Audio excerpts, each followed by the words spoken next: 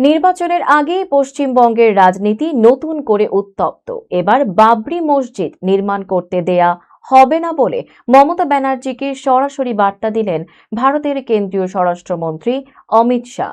আলিপুরদুয়ার জেলার ফালাকাটায় এক জনসভায় অমিত শাহ বলেন, মমতা দিদি, আপনি কান খুলে শুনে রাখুন, আপনি এবং আপনার ভাতিজা যতই চেষ্টা করুন না কেন, এই বাংলা ভারতের ভূমি। স্বামী বিবেকানন্দের এই পবিত্র মাটিতে কোনোভাবেই বাবরের নামে মসজিদ নির্মাণ করতে দেওয়া হবে না। তিনি আরো অভিযোগ করেন, রাম মন্দির নির্মাণ দীর্ঘদিন ধরেই বাধাগ্রস্ত ছিল, তবে প্রধানমন্ত্রী নরেন্দ্র মোদীর নেতৃত্বে তা বাস্তবায়ন সম্ভব হয়েছে। একই সঙ্গে অনুপ্রবেশ ইস্যু তুলে ধরে শাহ বলেন, বিজেপি ক্ষমতায় এলে সীমান্তে কাঁটাতারের ব্যবস্থা জোরদার করা হবে এবং অনুপ্রবেশকারীদের বিরুদ্ধে কঠোর ব্যবস্থা নেওয়া হবে। অন্যদিকে ইসলামপুরের জনসভা থেকে পাল্টা জবাব দিয়েছেন মমতা ব্যানার্জি। মমতা বলেন, আগামী দিনে বিজেপি ভারতবর্ষে থাকবে না, তারা জিতবেও না।